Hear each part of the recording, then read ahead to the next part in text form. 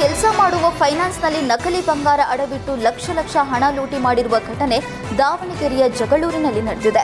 ಜಗಳೂರು ಪಟ್ಟಣದಲ್ಲಿರುವ KLM active invest ಫೈನಾನ್ಸ್ನಲ್ಲಿ ಅರವಿಂದ್ ರೆಡ್ಡಿ ಎಂಬಾತ ಮ್ಯಾನೇಜರ್ ಆಗಿ ಕೆಲಸ ಮಾಡ್ತಾ ಇದ್ದ.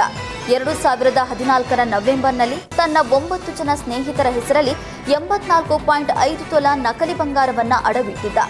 ಬೇರೆ ಬೇರೆ ಖಾತೆಗಳಿಗೆ ಬರೋಬ್ಬರಿ 49 ಲಕ್ಷಕ್ಕೂ ಹೆಚ್ಚಿನ ಹಣವನ್ನ ವರ್ಗಾವಣೆ ಮಾಡಿದ್ದಾನೆ. ಬಳಿಕ ಮ್ಯಾನೇಜರ್ ಅರವಿಂದ್ ಕಣ್ಮರೆಯಾಗಿದ್ದ. ನೀಡಿದ್ದ ಹಣಕ್ಕೆ ಬಡ್ಡಿ ಕಟ್ಟುವಂತೆ ಅರವಿಂದ್ ಸ್ನೇಹಿತರಿಗೆ ನೋಟಿಸ್ ಬಂದಾಗಲೇ ಅಸಲಿಯತ್ತು ಏನು ಅಂತದ್ದು ಬಯಲಾಗಿದೆ.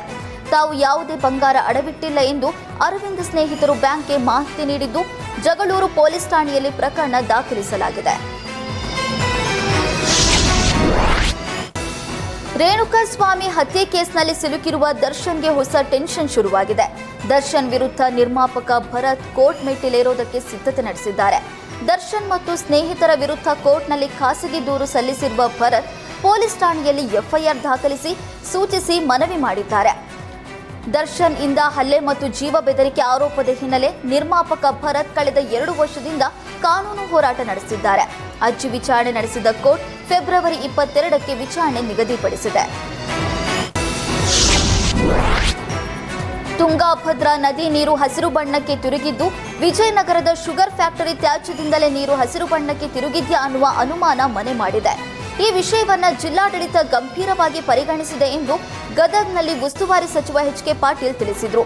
ಶುಗರ್ ಫ್ಯಾಕ್ಟರಿ ತ್ಯಾಜ್ಯದಿಂದ ನೀರು ಕಲುಷಿತ ಆಗಿರಬಹುದು ಅಂತ ಪರಿಸರ ಮತ್ತು ಮಾಲಿನ್ಯ ನಿಯಂತ್ರಣ ಇಲಾಖೆಗೆ ಅನುಮಾನ ಇದೆ. ಇದೇ 20ರಂದು ಮಾಲಿನ್ಯ ನಿಯಂತ್ರಣ ಮಂಡಳಿ ಕಾರ್ಖಾನೆಗೆ ನೋಟಿಸ್ ಕೊಟ್ಟಿದೆ. ಪರಿಶೀಲನೆ ಮಾಡಿ ಕ್ರಮ ಕೈಗೊಳ್ಳಲು ಸೂಚಿಸಲಾಗಿದೆ.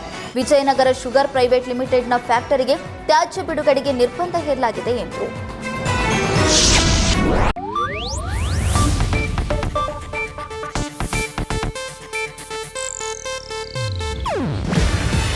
ಇದು ಏಷ್ಯಾನೆಟ್ ನ್ಯೂಸ್ ನೆಟ್ವರ್ಕ್ ಪ್ರಸ್ತುತಿ.